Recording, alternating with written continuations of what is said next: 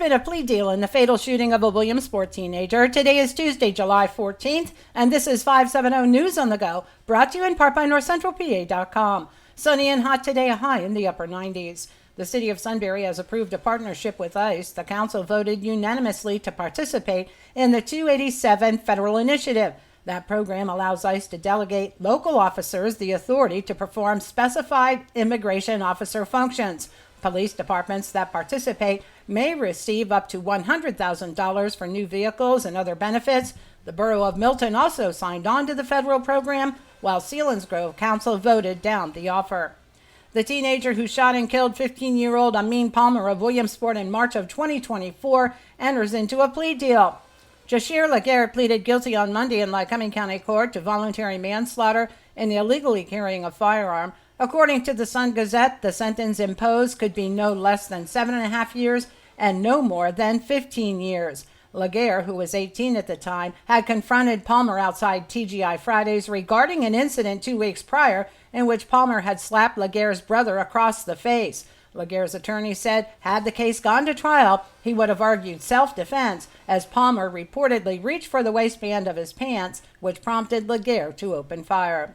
A woman was seriously injured in a two-vehicle accident Monday afternoon in Loyalsock Township. The crash occurred just after noon at the East 3rd Street entrance to Interstate 180 when a pickup truck and a car collided. The female driver of the car was taken by ambulance to UPMC Williamsport. A father and his two young children escaped injury after their vehicle malfunctioned and ended up in the Susquehanna River near Williamsport over the weekend. The driver was backing his motorboat into the river at Antlers Lane when the SUV suddenly kicked out of gear and the vehicle descended rapidly down the ramp. The father and his two children quickly escaped and the vehicle became submerged in the water in less than a minute, according to the Sun-Gazette. North Central PA reports farmers in Lycoming and Union counties have come together to protest a 230,000-volt transmission corridor being proposed by PPL.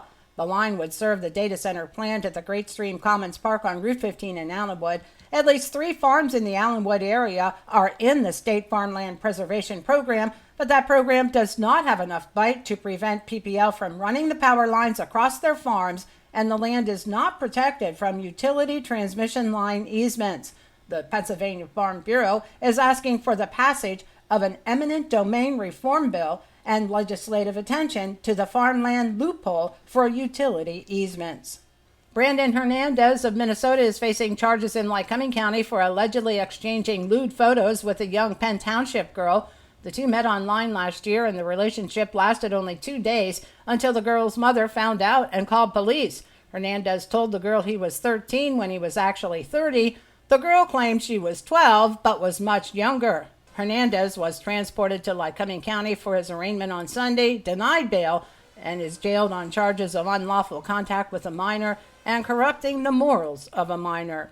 The American Red Cross has declared an emergency blood shortage. According to a news release, the blood supply fell nearly 25% in June after a significant drop in donations in May.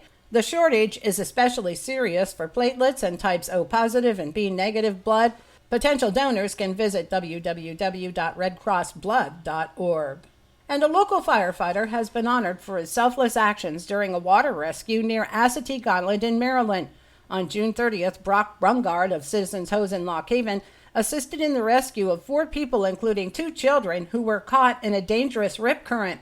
Brungard was presented with the Community Response Award by Flash and Sirens of Clinton County. The award was created to honor individuals whose extraordinary actions during emergencies reflect exceptional courage, selflessness, and commitment to their communities. For the latest in news and events, head on over to NorthCentralPA.com. I'm Liz Brady, and you're up to date with 570 News on the Go.